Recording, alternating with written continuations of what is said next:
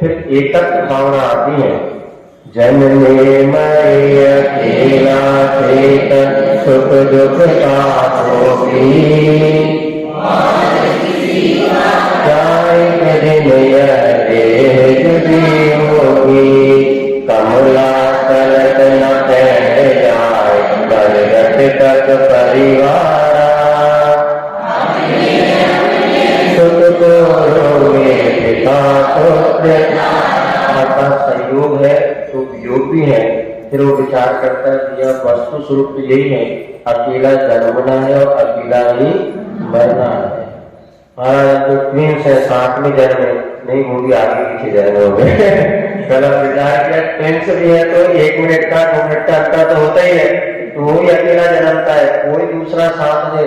अब वो समुच्चन वगैरह इकट्ठे पैदा हो जाए तो भी, लेकिन अपने आप में अस्तित्व तो अकेला जन्मे और मरता भी अकेला है। चेतन सुख दुख का भोगी कौन? स्वयं कोई अपने सुख दुख का भोगने वाला होता है। कोई हमारे सुख दुख का भोगी, सिर दुख रहा है तो पड़ोसी आके पांव लगा सकता है, दवा लगा सकता है और थोड़ा सिर दबा सकता है, लेकिन दुख का संवेदन तो आपको ही करना पड़ेगा।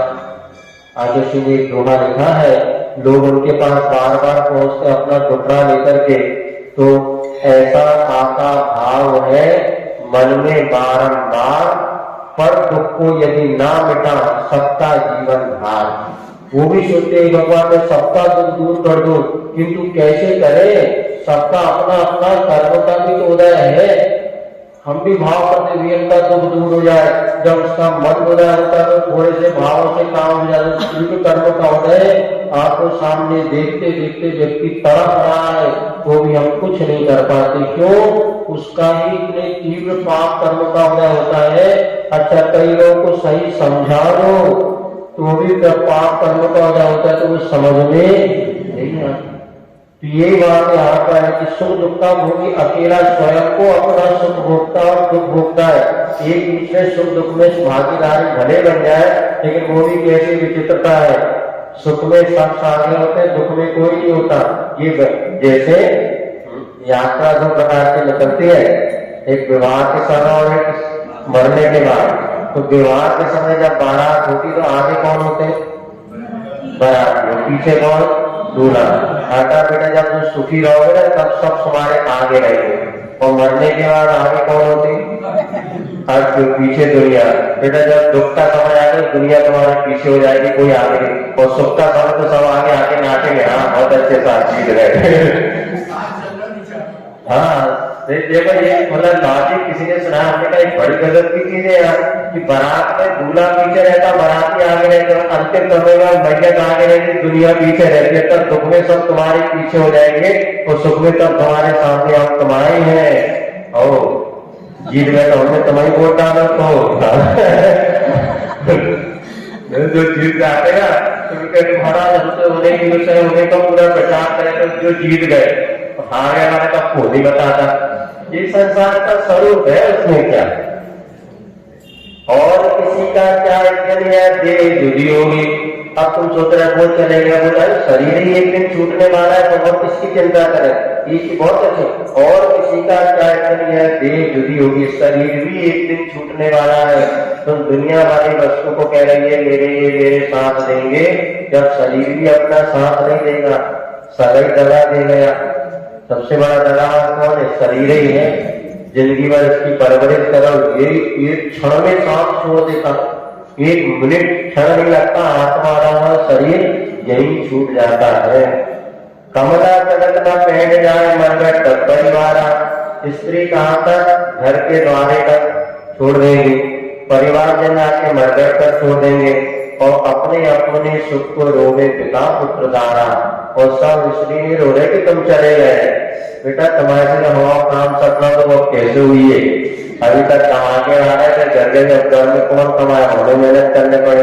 ये संसार का स्वरूप है, ये एकदम डरा धमका नहीं रहे आपको कि महाराज क्या डरा रहे, डरा नहीं है बेटा, ये वस्तु का स्वरूप है। ऐसा ही विचार करके हम मुनि बने, ऐसे ही हम लोग मुनि ब्रह्मचर्य में महीनों महीनों ऐसे ध्यान सामाय करते थे।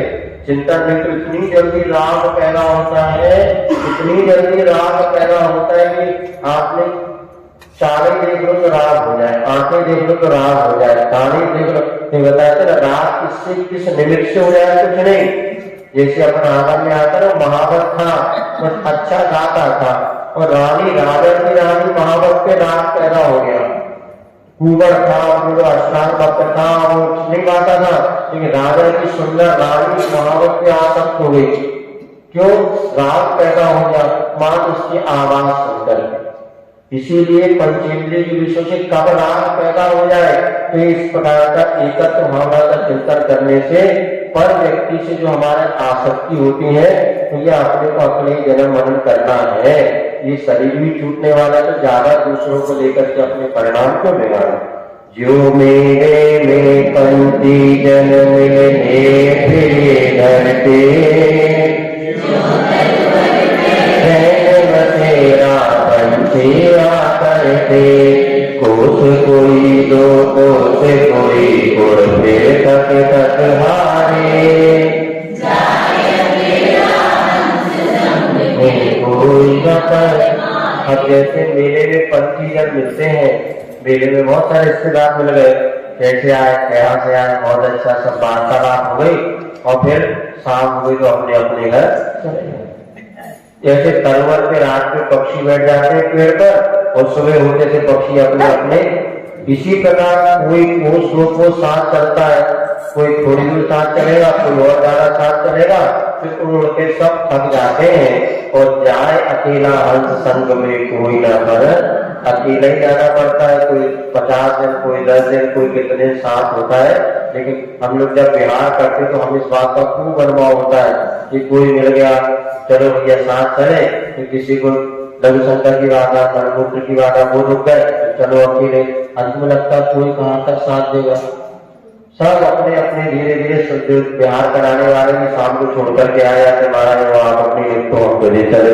हमारा तो कमेटी ने कहा था तुम आ गए थे बिहार कर गया, हम ले जा रहे तुम्हारे कमरे तो जितनी बड़ी चाबी राम रे उतना चले बाबा का जाए अकेला हंस संग में कोई न पर, कोई परमाने का कोई सहयोग नहीं करता, अकेला ही जन्मना है, अकेला ही मरना है, अकेला ही सुख दुख का भोगी होना है। क्यों संसार में सारी दुनिया का टेंशन जीवन में ले रहा है, कौन कहाँ का साथ देने वाला, या अपना शरीर ही अपना जीवन में था, ऐसा विचार कर मन हल्का हो जाता। जैन दर्शन में तनाव भगाने की बहुत अच्छी दवाई है 12 माना, तो 12 माना तक कभी टेंशन नहीं होता, होगा ही नहीं। टेंशन क्यों होता है? हमारी अज्ञानता के कारण। ये कितनी बढ़िया बात, इतनी चिंतन हो जाए तो टेंशन तो होगा नहीं, कभी आईसीयू में जाने नहीं पड़ेगा आपको, बस आईसीयू अपने आप को देखते रहो बताया तो जाना। अब अन्य भावना बताते कृष्णा जग में मिथ्या जल सबके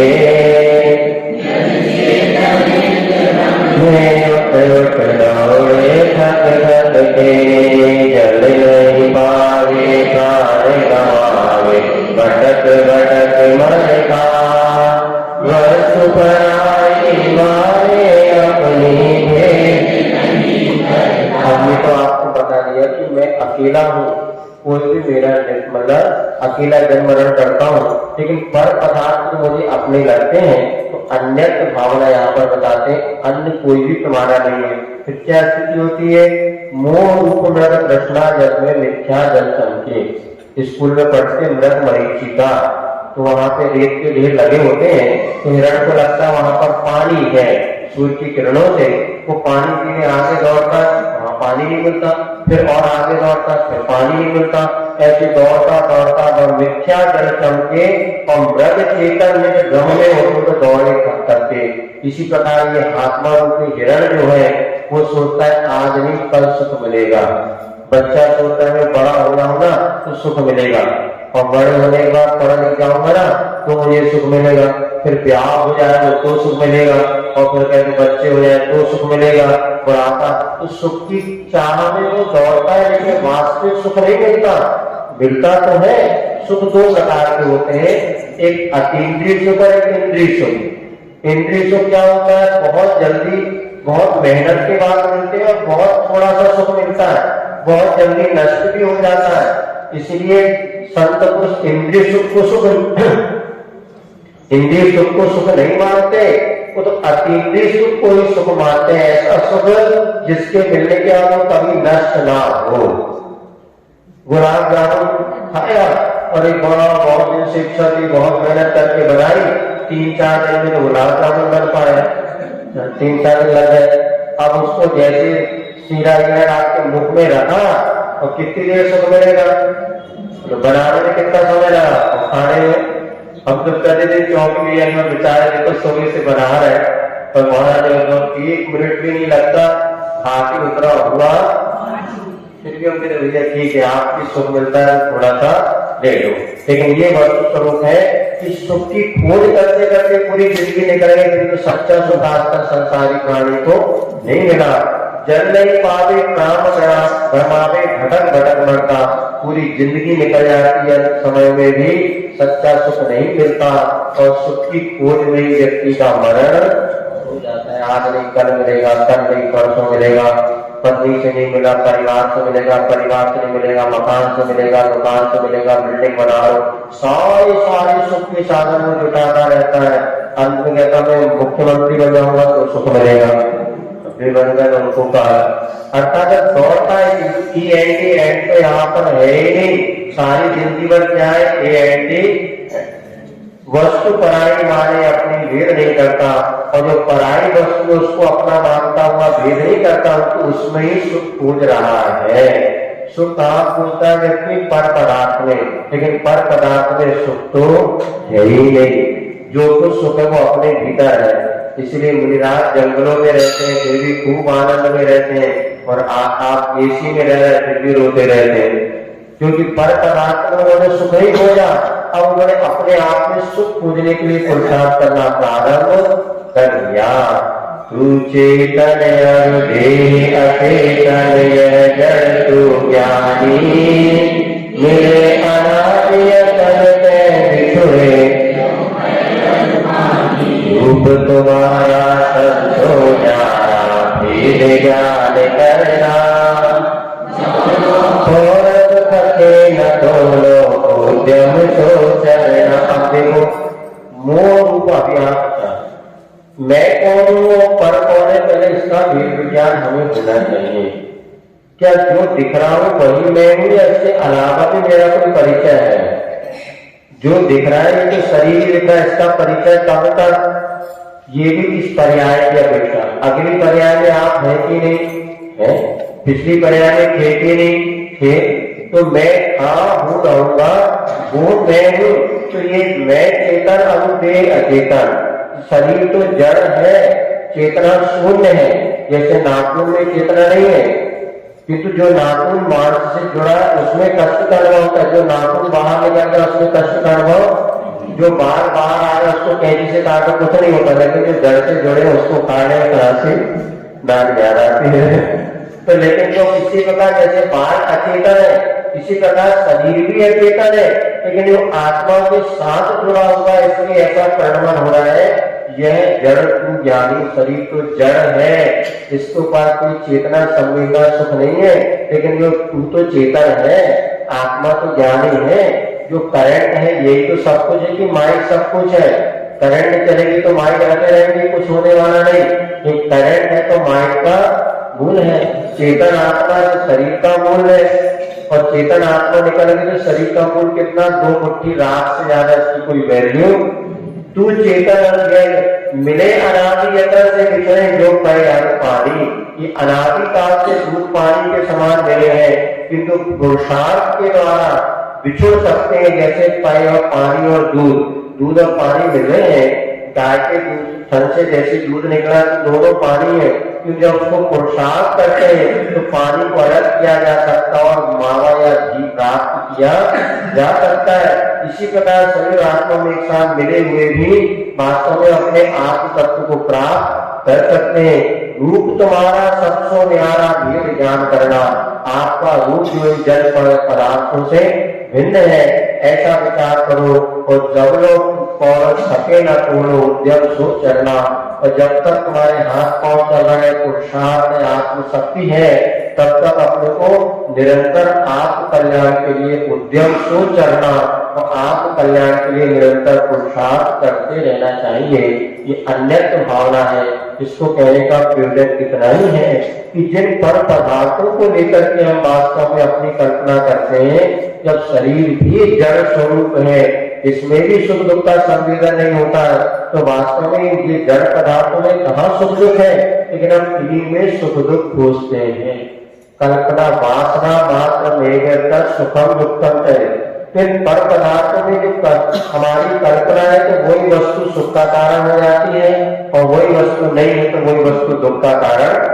मानो तो गंगा, ना मानो तो बहता पानी। और ये कितने अच्छे कपड़े हम पहने, देखो कितने अच्छे लग रहे हैं, कितने अच्छे लग रहे हैं। और उसी समय दूसरा और पहने करके आ गया, आप देखो सुख कम हो गया। और बच्चा वो तो अपना नौकर था, तो पहन के आया वही सूट जो बाबू जी कह रहे, अब तो और कई गए पानी में, अब वो सूट का काम बोल रहा हूँ। इसीलिए आज लोग नया अलग दिखने के चक्कर में नए नए तरीके से लोग कर रहे हैं, फटा पैंट पहन रहे हैं। इसलिए अब तुम्हारे लोगों में यदि वो ऐसे सिले कपड़े पहने तो कहाँ मजा आएगा। जब सब लोग सिले अपन फटे पहनो, तब तो दुनिया तुमको देखेगी। बता फटे पैंट पहनने का कारण क्या है, जे केवल एक्स्ट्रा देखे, और कितना पाओ आधा पैंट तो आगे ही देखता कई बार, इधर ऊपर से फटा और चिन्नी चिन्नी चितरे चितरे जैसे। अब वो क्या करे, फैशन किसको कहाँ से नया नया है, अब उनको नयापन चाहिए तो क्या करे, उतने ही का पैंट है, जीन्स का है। तो अभी वो जैसे पुताई पुताई लोग गंदे हो जाए, ऐसे लिपे पुटे पैंट होते, तो देखो उनको चितरे सफेद जो का धुले नहीं माना, जो फैशन है। और चूना जैसे टपक जाता था ना पैंटों में, वैसे पैंट लोग आज पहन रहे जिनको जैसे कि पुताई लिपाई करके आया हो। लेकिन क्या करें, नया कुछ दिखने के चक्कर में तो यहाँ पर आकर कहते भैया ये निश्चित मानो यहाँ पर रूप तुम्हारा सबसे भिन्न है, और जिन पर पदार्थों में तो सुख को खोज रहे हो, वास्तव में सच्चा सुख वहां तो है ही नहीं है।